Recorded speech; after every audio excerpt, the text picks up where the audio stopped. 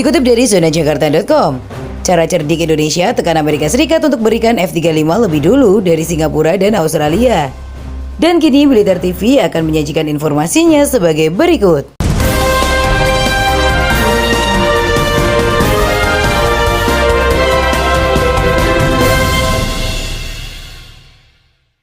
Indonesia sebetulnya sudah melakukan berbagai lobby untuk mendapatkan jet tempur siluman F-35 dari Amerika Serikat.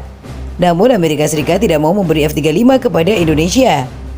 Alasannya Amerika Serikat mau menyuplai F-35 ke negara sekutu termasuk Singapura dan Australia, maka Indonesia antre dulu. Apa yang dilontarkan Amerika Serikat ini tepat? Sebab F-35 memang diutamakan dipakai oleh negara sekutu.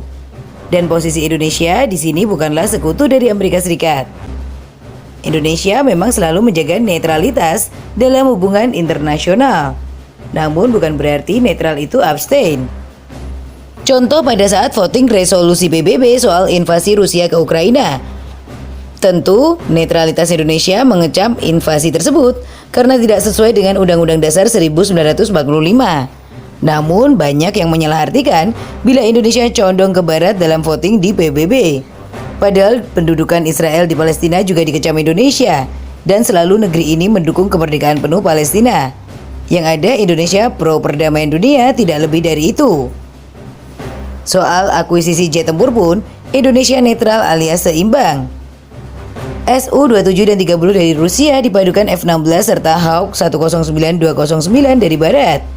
Indonesia juga berencana membeli Su-35 sekalian Rafale untuk jet tempur barunya. Sayangnya Su-35 dilarang dan Indonesia akan menggantinya dengan F-15 Eagle II. Su-35 menjadi bukti Indonesia ingin menyeimbangkan kekuatan tempurnya dari dua blok sembari sedikit demi sedikit memperkuat industri pertahanan dalam negeri. Salah satu biaya yang harus ditanggung negara yang memilih rute berliku dengan menggabungkan pesawat tempur dari berbagai negara adalah logistik dan perawatan pesawat yang memusingkan.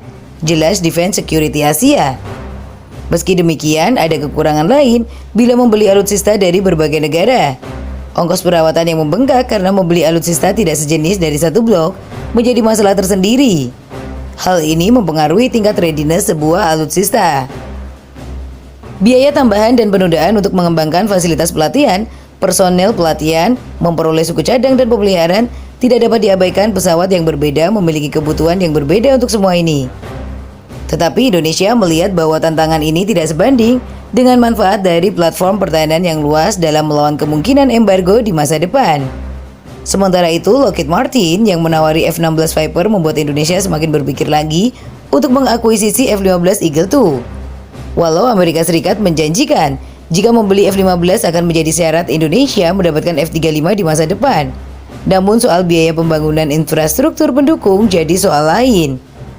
Sebab Indonesia belum pernah mengoperasikan F-15. Memperkenalkan pesawat baru ke dalam armada bisa berarti ada lebih sedikit kebersamaan dalam hal keberlanjutan dan juga tantangan interoperabilitas di dalam armada dan dengan sekutu regional. Pelatihan untuk dan mempertahankan beberapa platform pesawat yang berbeda akan lebih sulit dan mahal daripada mempertahankan satu platform seperti F-16. Dengan pengalaman dan infrastruktur F-16 yang diperlukan, F-16 Blok 72 akan memungkinkan Angkatan Udara Indonesia melakukan transisi yang lebih lancar, efisien, dan operasi yang hemat biaya memastikannya untuk siap dalam misi apapun dan kapanpun. Meski demikian, baru-baru ini Amerika Serikat menghentikan produksi F-35 secara serentak, sebab Amerika Serikat mendapati adanya kandungan logam tanah jarang yang berasal dari Cina terpasang di F-35. LTJ mengandung samarium kobalt, di mana unsur ini digunakan untuk membuat turbo mesin yang menyediakan energi bagi generator F-35. Mengutip dari Kementerian ESDM, Indonesia punya LTJ yang tersebar di berbagai wilayah.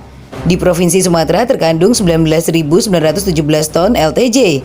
Kemudian di Provinsi Bangka Belitung sebanyak 186.663 ton. Masih ada sekitar 7-8 lokasi lain yang mengandung LTJ, di mana baru eksplorasi awal. Bila eksplorasi dilanjutkan ke tahap selanjutnya, yakin makin banyak lagi LTJ di wilayah Indonesia. Tapi ingat, bila Indonesia ingin menjalankan rencana cerdik ini, pemerintah harus memandang LTJ bukan sebagai komoditas, namun sebagai alat diplomasi bargaining power untuk menekan Amerika Serikat agar segera memberikan F-35 ke sini secepat mungkin. Di ASEAN sendiri, baru Singapura yang dapat izin Amerika Serikat untuk bisa menggunakan F-35, menjadikan Singapura sebagai satu-satunya negara di ASEAN untuk saat ini yang siap diperkuat siluman, karena Indonesia saat ini masih menunggu Rafale. Dibandingkan dengan kuartal yang sama tahun lalu, penjualan di divisi Aeronautica perusahaan yang membuat F-35 naik 7,6% menjadi 7,1 miliar US dollar. Namun margin keuntungan di unit turun sedikit dari 10,9% menjadi 10,7% dibandingkan dengan kuartal yang sama tahun lalu. Ditemukan bulan lalu bahwa beberapa bahan yang digunakan dalam produksi pesawat berasal dari China yang menghentikan penerimaan Pentagon terhadap F-35 baru sementara masalah itu diselesaikan. Terlepas dari kemunduran itu, pesanan untuk F-35 terus berdatangan. Tahun ini, Finlandia, Swiss, dan Jerman mengumumkan kesepakatan untuk mendapatkan pesawat siluman. Sementara Yunani dan Republik Ceko juga dipandang sebagai pelanggan potensial atau kemungkinan.